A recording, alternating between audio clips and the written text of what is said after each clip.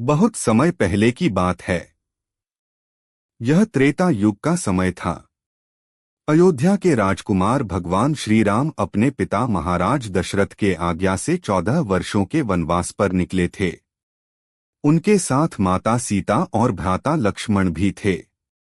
तीनों ने one one घूमते हुए कई आश्रमों में निवास किया, ऋषिमुनियों से आशीर्वाद लिया और धर्म की रक्षा का संकल्प किया।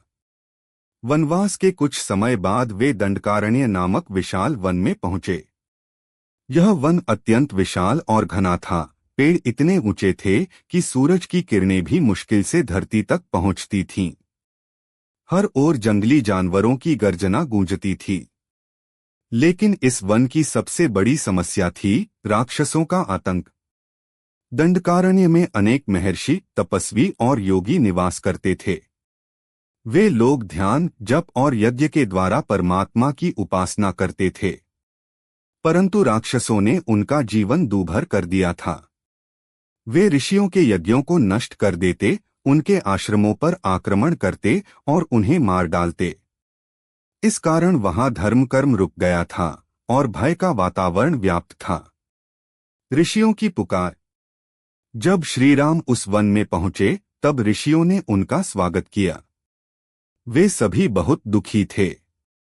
उन्होंने प्रभु से कहा, हे रघुनंदन, हे धर्मरक्षक, यह दंडकारण्य पहले शांति और तपस्या का केंद्र था, पर अब राक्षसों का अड्डा बन चुका है। हमें हर पल भय सताता है। वे हमारे यज्ञों में मांस डाल देते हैं, हमारे साथ हिंसा करते हैं। आप धर्म के प्रतीक हैं, कृपया इस वन को राक्षसों से मुक्त करें। श्रीराम ने विनम्रता से उत्तर दिया, हे महर्षियों, धर्म की रक्षा मेरा कर्तव्य है। मैं प्रतिज्ञा करता हूं कि जब तक इस वन में एक भी राक्षस रहेगा जो निर्दोषों पर अत्याचार करेगा, मैं उसे समाप्त कर दूंगा।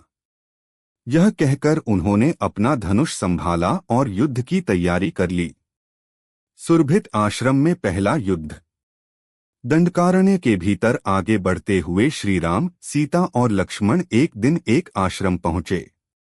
वहां तपस्वियों ने उन्हें बताया कि एक भयंकर राक्षसी शूर्पणखा पास ही के जंगल में रहती है, जो मनुष्यों और ऋषियों को परेशान करती रहती है। शूर्पणखा रावण की बहन थी। जब उसने श्रीराम को देखा तो मोहित हो गई। वह उनके पास आई और बोली, हे सुंदर पुरुष, तुम कौन हो? तुम्हारी जैसी सौंदर्य और तेज तो मैंने किसी में नहीं देखा। मुझे अपना पति बना लो, मैं तुम्हारे साथ सुख से रहूंगी। श्रीराम मुस्कुराए और बोले, देवी, मैं तो विवाहित हूं। यह मेरी पत्नी सीता है। तुम चाहो तो मेरे भाई लक्ष्मण से विवाह कर सकती हो। लक्ष्मण ने भी विनोदपूर्वक उत्तर दिया, हे राक्षसी, मैं तो सेवक हूं, दास हूं, विवाह योग्य नहीं। शूर्पणखा क्रोधित हो उठी। उसने सोचा कि ये तीनों उसका उपहास उड़ा रहे हैं। क्रोध में उसने माता सीता पर आक्रमण कर दिया। तभी लक्ष्मण ने अपना तलवार निकालकर उसकी नाक और कान काट दिए। शूर्पणखा अपमानित होकर भागी और अपने भाइयों खर, दूषण और त्रिशिरा को यह बात बताई। वे तीनों अत्यंत शक्तिशाली राक्षस थे, जो रावण के अनुचर थे और दंडकारण्य पर शासन करते थे। दंडकारण्य का महान युद्ध। तीनों राक्षस अपने विशाल सेनाओं के साथ श्रीराम के पास पहुंचे। धरती कांप उठी, आकाश में अंधकार छा गया। उनके रथों की गर्जना से पूरा वन गूंज उठा।